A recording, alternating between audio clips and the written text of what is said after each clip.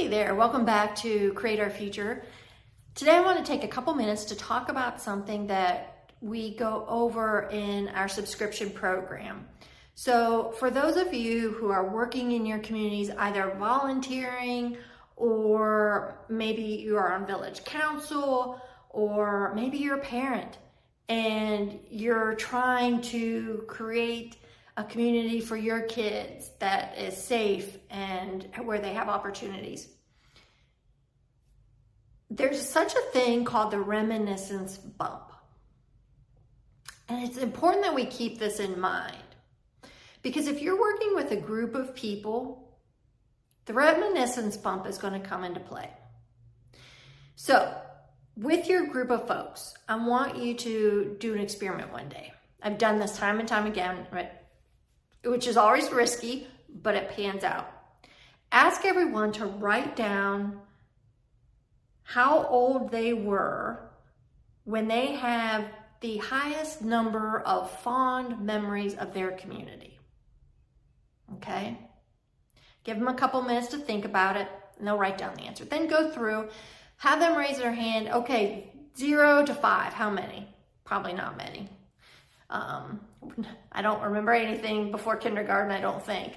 5 to 10. You might have 1 or 2 people. That's the most I've ever had in even a large room of people.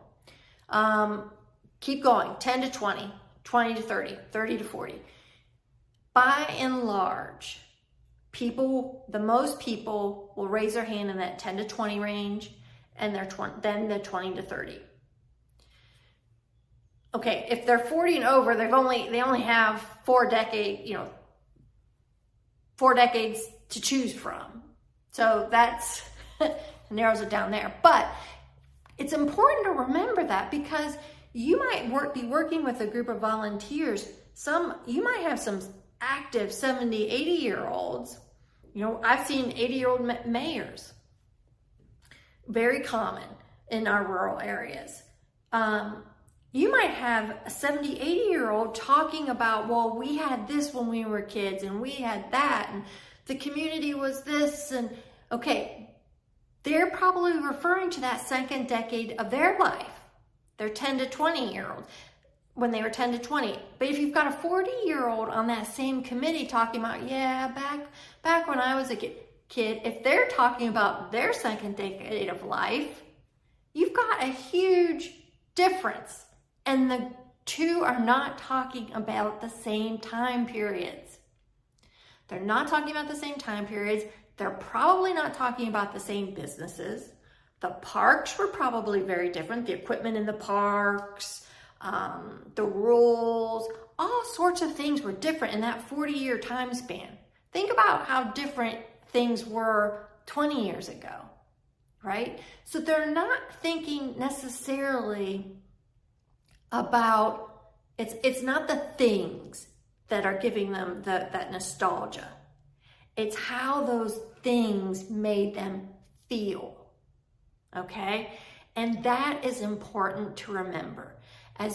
And so you have to talk about then, and this is hard for adults, but what were those feelings? Then, as you're moving forward, you're planning ahead. What are the feelings? What do you want your kids and grandkids to feel about your community in 25, 50 years? Safe. Maybe they feel lots of opportunity.